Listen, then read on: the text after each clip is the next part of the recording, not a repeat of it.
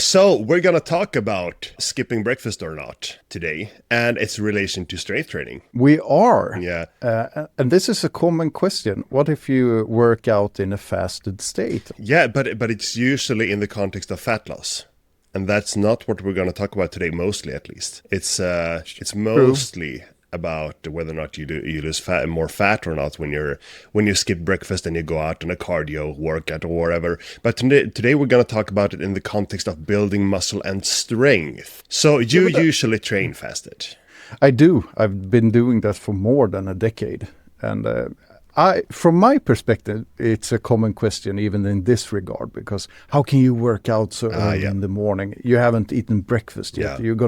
You're not gonna get any gains. You're not gonna become stronger. And since this is a podcast that loves anecdotal evidence, bro science, I became pretty strong even doing this for years. So I also became fat. So we know it doesn't work. Yeah, so the theory here goes that if you train with food in your belly, you're gonna have more fuel. And with more fuel, you're gonna be able to get a better workout in and hopefully better results. And the main fuel that's going to be at stake here, when we skip breakfast or not, is going to be our glycogen. Because that is our main fuel when we do strength training. We use ATP, and the ATP is restored by creatine and by the glycogen. And when we rest between sets, the glycogen is also used to restore the creatine again before the next set. So our glycogen stores, we have a bunch of it in our livers, like 80 to 100 grams in our liver, and that is mainly used to fuel everything that isn't our muscles, so our brain or just keeping our blood sugar stable. And when we fast, we empty this slowly, so after like 12 to 24 hours, our liver glycogen is pretty low, almost depleted. So for example, in the morning, if we haven't eaten during the night or late in the evening, we're gonna be low on liver glycogen. Yeah. Our muscles, on the other hand, which is another big storage of glycogen, they can hold like a pound of glycogen, depending on how big you are as a person. But that mostly empties when we use the muscles, when we use the glycogen in that particular muscle fiber. So we might be able to hold on to that glycogen more until we actually work out or do some other type of physical activity where we spend it. So working out in the morning and how it fits in here, well, our liver might be fairly depleted of glycogen, depending on how recently we ate, but our muscles are probably fine. But a new study wanted to test fasted training versus fed training, or skipping breakfast versus not skipping breakfast. And in this case, the breakfast will be a carb-rich breakfast, and in healthy beginners. So that's what we got today. And we're going to Brazil, Porto Alegre. Once again, Yeah. they are fairly active They with are. the science in Brazil. Exactly. They want to look good for the beach. That's why. Of course. Doesn't matter up here in the Nordic. No. Yeah, no, so what they did, the researchers, they gathered up 37 healthy beginners in their 30s and put them on a 12-week full-body strength training program, twice per week, training in the morning. And all of the participants were to be on the same diet, aimed to like promote muscle growth but keep them weight stable, but with one difference, and that would be that one of the groups would have breakfast before their two weekly workouts, and the other group would wait with the breakfast until afterwards. And the breakfast would be rich in carbohydrates, 1 gram of carbohydrates per kilogram of body weight, which is like a couple of sandwiches or whatever they eat in Brazil. What's a carb-rich breakfast in Brazil? Cereals? I know they have some really tasty, like fried cheese bread. Yeah. So probably that. Yeah, and the training was to be done 1 to 2 hours after that. So either loading up with a carb-rich breakfast or being fasted after your night of sleep. And then they were going to test like their body weight and the strength, see if they gain muscle mass or not. And the first thing that I thought when I saw this study design was, well, why is there no protein in the breakfast meal? Why is it just a carb-rich meal? And I complained about this to you until I actually read it, and I realized that there are far more studies looking into fasted training with protein or not than there are studies just examining the carb variable. So what they've done here is they've removed the variable and to get better control of this one. So now they can test, well, if carbs actually improve the performance in the morning, and if they do, does that translate into better gains? So now I like this design. I do too. It's quite clever. I mean, they aimed for all the participants to have the same macros during the day, the total intake of carbs and protein during a day, so you shouldn't have a confounder there. So it's excellent. Yeah. Very clever. And seemingly, as far as they write in the introduction, it isn't very well studied. At least not when it comes to strength training. And like longitudinal strength training, a whole program, not just one workout, because that's obviously much easier to do. So anyway, 37 men and women were recruited in their 30s. Mostly women, by the way, like 3/4 were women.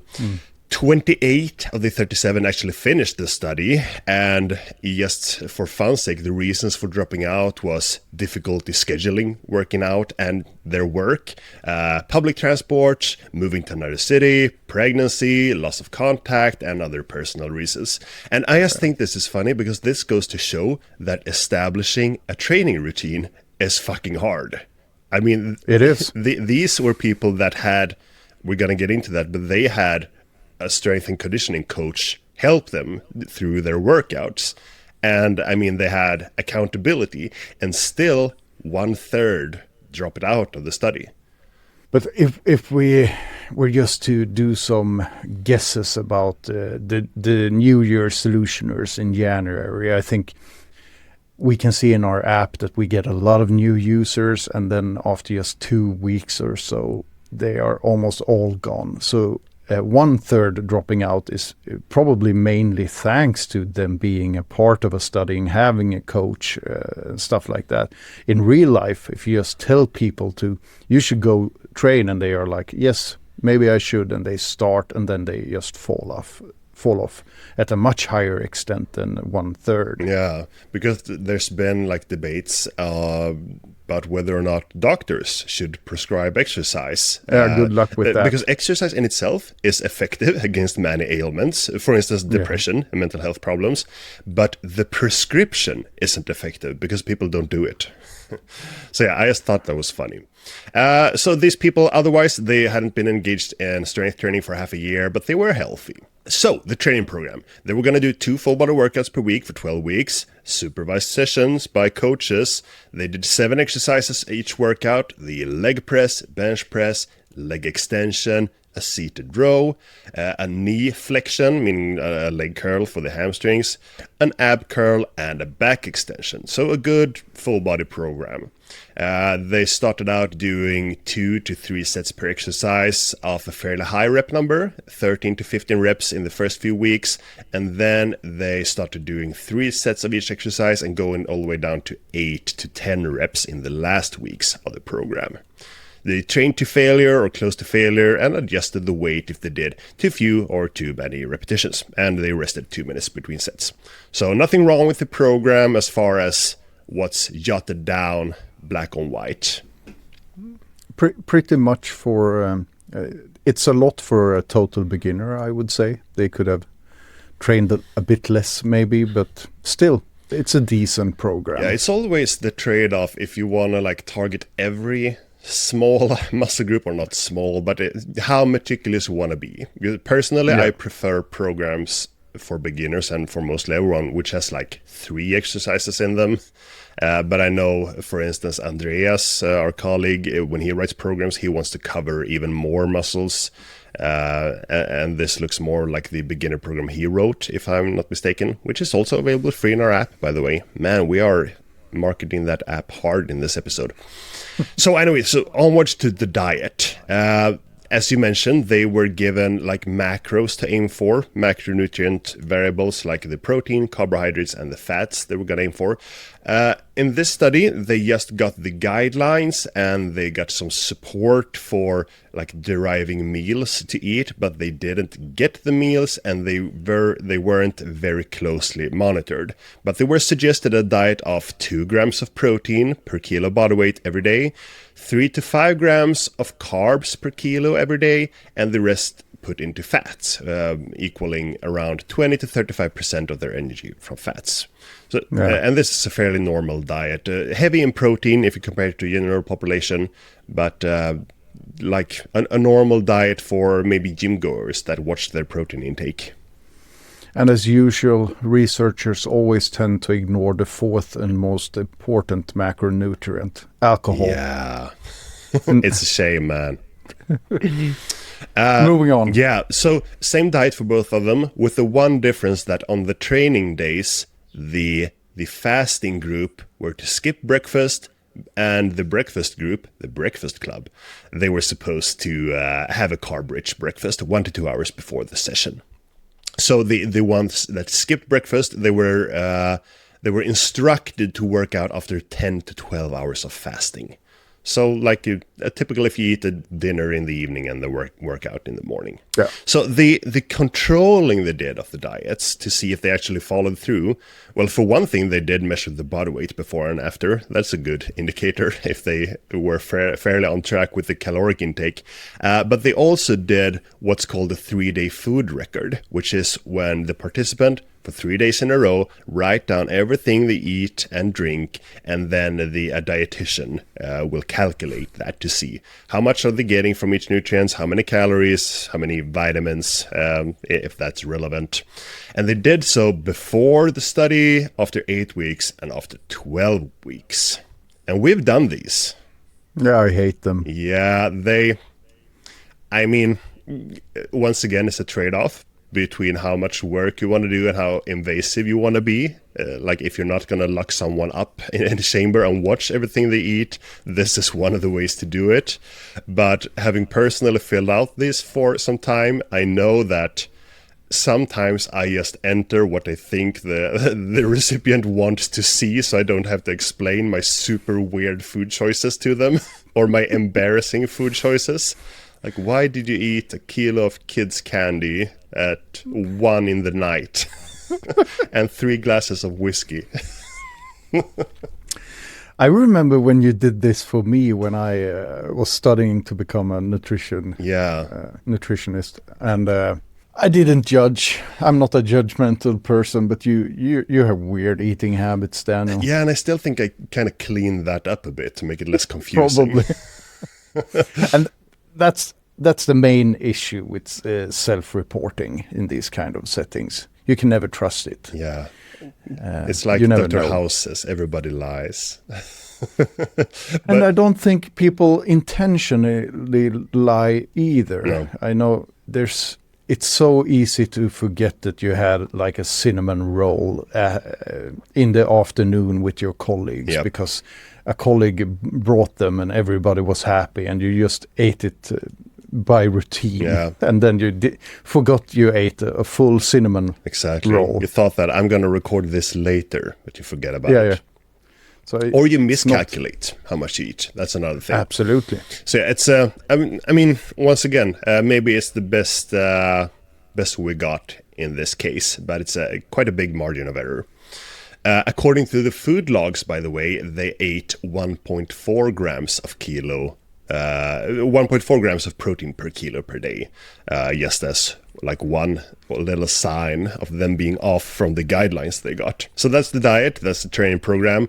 Let's go with the measurements they did before we get into the actual results. So they checked the body weight. They used a DEXA scan to measure their fat mass and a fat-free mass.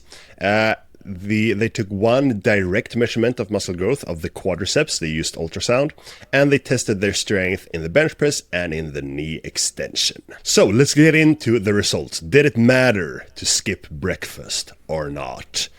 And it kinda didn't matter. Let's see here. So among the 28 that completed the study, 100% attendance. So every one of those 28, they did every single workout. So that's very good. And they measured the total training volume, and they saw no differences between groups. So like, yes, the total kilos lifted was the same between groups. So that's a good first sign that there wasn't any difference in performance. Because, I mean, the hypothesis would be that with more fuel in your body, you can lift more weights in total, like in the sum of all the sets. Yeah. There were some reports of joint pains. There were especially some reports in the fasted group, the skipping breakfast group. They reported experiencing some dizziness, some tiredness, and some nausea in a few of the training sessions. You who usually work out fasted, how does this relate to you? I think it's quite common in the beginning, but if you just stick to the routine, you're going to get used to it. Yeah. I tend to tell people who ask me about working out early in the morning that you're probably going to need 2 to 3 months before it feels like a natural routine. And then it's going to feel really unnatural on your non-training days. Yeah. Like today I have a rest day and it just feels weird. I went up this morning and went to work. Yep. I did not go to the gym, and it throws everything off. Yeah. I'm just surprised that, I mean, these were morning workouts and only 3 reported tiredness. I'd report that in every workout. Maybe nausea as well. I think you can experience some nausea from lifting heavy if you're a beginner, no matter what time you work out. But it was interesting that only the fasted group reported that. Yeah, exactly. I wonder, like, which is more common in Brazil, eating breakfast or not eating breakfast? I don't know, man. Yeah. I've never been to Brazil. Yeah, me neither. I know that in some southern European countries, like in Italy, they don't have a big breakfast culture. Yeah. They eat like a piece of cake in the morning, something sweet, which I never understood. Yeah. Good for them. All right, so more results. The DEXA scan, the fed group, the breakfast group, they didn't gain any body weight during these 12 weeks. So they obviously stuck to their maintenance diet. But just a tiny, non-significant 300 grams of fat-free mass, which is a bit disappointing, because what we want to see here, and what we quite often see, is that the beginners who start strength training might be able to maintain their body weight, but gain some fat-free mass and lose some fat mass. We saw that in last week's study, and it's kind of the expected result. But, well, one of my suspicions here is that, well, this is a DEXA scan, and they are quite easy to manipulate. I mean, one extra glass of water, some extra salt the night before might throw it off quite a bit. So yeah, a bit disappointing. The fasted group, the skipping breakfast group, they did gain weight. They gained 1.3 kilos on average in total body weight, and all of that was fat-free mass. So no fat gain, just almost 3 pounds of fat-free mass gain. So obviously fasting causes weight gain. Of course it does. Of muscle. Yeah. Stop eating and become the Hulk. Yeah. So, okay, so DEXA scan, bit skeptical towards those. I trust more the only direct muscle measurement they did, which was measuring the quadriceps thickness, which increased exactly the same in both groups, 13% quad increase. This is a very standard result in beginners in 12 weeks, and a much more specific measurement. It says a lot. It makes me think that both groups gained approximately the same amount of fat-free mass. Yeah. Would have loved to see one more location, not only the quadriceps, but, well, it's what we got. So on to the strength gains. In the knee extension, both groups gained exactly the same, once again, 30% strength gain in knee extensions. And then on to the last one, the bench press strength gains, obviously the most important measurement. Here we actually saw a difference. The group that skipped breakfast gained 24% strength, and the group that ate breakfast, they only gained 13%. There you have it. Is this why you fast? It's really not. And I mean, if you have two groups and you have 28 participants, it's kind of small groups. Yes, I wouldn't read too much into this. Maybe they were just more inclined by chance to be decent at bench pressing. Yeah, Something like that. At this point, I'm not drawing any big conclusions from it. I mean, we had like, what was it, three or four measurements didn't show any difference, and one did.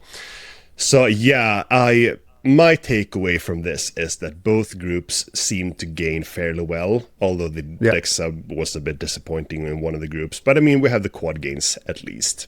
So, and I mean, fasting didn't affect the workload. They lifted a similar amount of kilos. Then once again, in 12 weeks, might be a bit short to detect differences, like if they diverge over the months.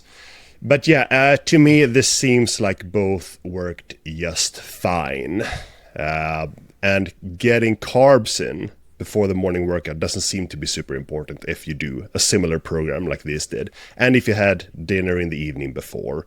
And also in a caloric balance overall, which these people were.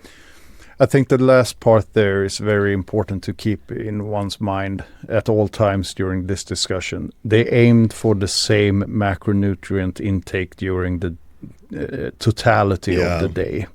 So they ate the same amount of carbs, the same amount of protein, the same amount of fat, roughly. Yeah. They just, the timing of it was different. Exactly. And we've seen that from protein timing studies as well, that it doesn't seem to be super important in the bigger picture of it all. Yeah, the total daily intake is more important. Exactly. And it goes to a huge extent in overall calories and also carbohydrates. I mean, the liver can't hold an infinite amount of glycogen, but it's roughly the total daily intake that's the most important. But I mean, say that you'd been on a caloric deficit, on a cutting diet for several months, and your liver glycogen is like routinely on the low side, then in that case, it might be interesting to see a study to see if it makes a difference if someone gets like a banana or something before the workout, to see if that helps keep energy up. The muscle glycogen might not be influenced, but the liver glycogen, which could affect like your focus and your general energy levels during the workout. And I mean, on an individual level, if you're not a morning person, you're always really tired when you wake up, you're grumpy, you might be very hungry, then skipping breakfast and heading to the gym might be a really bad choice for you as an individual. This might not be the optimal time for you to work out, but if you're just middle of the road, happy-go-lucky person, you don't want to stuff your face with cheese sandwiches the first thing you do in the morning, then the morning routine might work superbly well for you. Yeah, because that's another hassle. Some people who really believe that they must eat before working out, the eating creates a bit of a hassle scheduling wise for them, because then they have to get up earlier to eat and to have some time pass before they get to the gym, because they don't want to work out when they have just eaten because it's uncomfortable, and that draws out the morning routine, creating a problem. So these results hinting, I mean, it's not certain yet, but hinting that it doesn't matter a whole ton. That's good news for anyone who might want to consider skipping breakfast just to save time and then like have a snack when you get to work, or however you want to do it. We adults, most of us struggle with the scheduling of our days. So this is excellent news. Yeah. I'm just going to buy it. We don't need any more research on this. Yeah, no, but I think, like, my suspicion is that these results are fairly representative, and it's going to be in the edge cases that we see carbs making a bigger difference. Say that if your last meal the day before is very early, so the number of hours rise a bit too much, or say that you do a very long workout, like far beyond an hour's worth. I didn't see a time for these workouts, but I suspect it took like an hour. Or you're in a caloric deficit or something else. I mean, those edge cases might have a small difference, but still probably not a huge difference. Like it probably doesn't matter all too much. So it would have more to do with like personal preferences and how you feel. Some might get nauseous if they don't eat beforehand, and vice versa. Yeah. So yeah, the bonus consideration here is whether or not fasted training is better for fat loss. And this is a bit more studied. We should do an episode on this sometimes, or when something new comes out. But there's been a few studies on it, and it doesn't seem to make a difference. Just like with daily protein intake and daily calorie intake, the totality over the day or over the week seems to be what is important. Like if you skip breakfast before you go out on a power walk or whatever, is that even an expression outside of Sweden? I don't know. I'm not sure. Yeah, on a brisk walk or a jog or some cardio workout, you might burn slightly more fat during that workout because you have less liver glycogen, but that seems to balance out later in the day. And long-term studies doesn't show any difference either. So once again, personal preference. Yeah, and when we talk about fat loss and daily caloric intake, I think one should also zoom out and look at like a weekly intake of calories, because it's really easy to ruin a good diet by having like, oh, it's Saturday, I'm going to stuff my face. Oh, it's Sunday, I'm hungover, I need to eat a pizza. And your caloric intake over the week or even over a month is more important than during a 12-hour span or something like that. Yeah, it's really easy to ruin a good weekend by then going on a caloric deficit during the week and eating healthy. Yeah, sucks. Yeah. Yeah, no, so I like it, man. Yeah, another piece to the puzzle of do what suits you well. Yeah, exactly. And yeah, just get some food in sometime during the day and you're going to gain just fine. So maybe we should just mention protein in this context as well, because as mentioned, they didn't specify the protein intake during this breakfast. I don't know if they might have eaten some protein anyway, like when they got their carbs, because depending on which food source they chose, they might have gotten a bunch of protein in there. But as far as protein goes, well, we know that when we train and stimulate our muscles, they kind of become on the lookout for protein. And when we eat protein, they soak more of that up, they absorb it, and the muscle building process is started.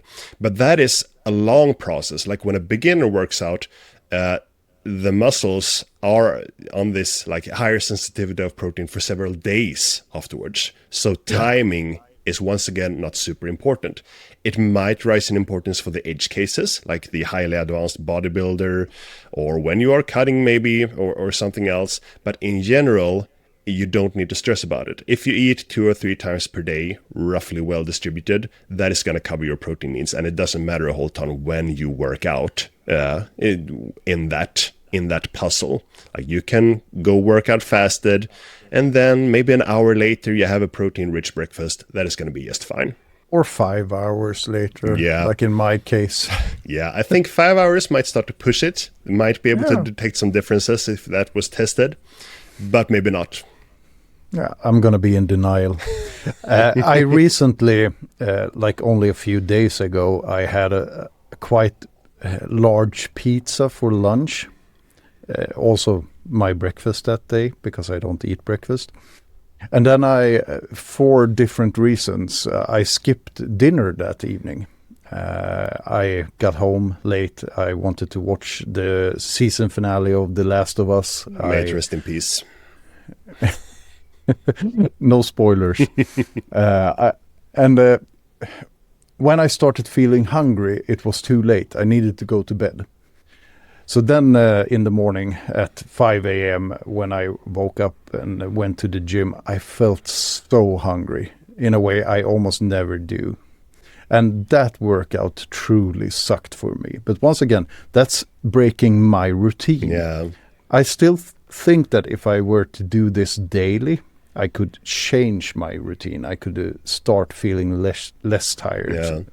Because, I mean, in that case, it might have been low liver glycogen, but it might also just be expectation bias or the expectation effect. Like, absolutely. That you like know that I haven't eaten recently. So I'm going to be so low on energy today.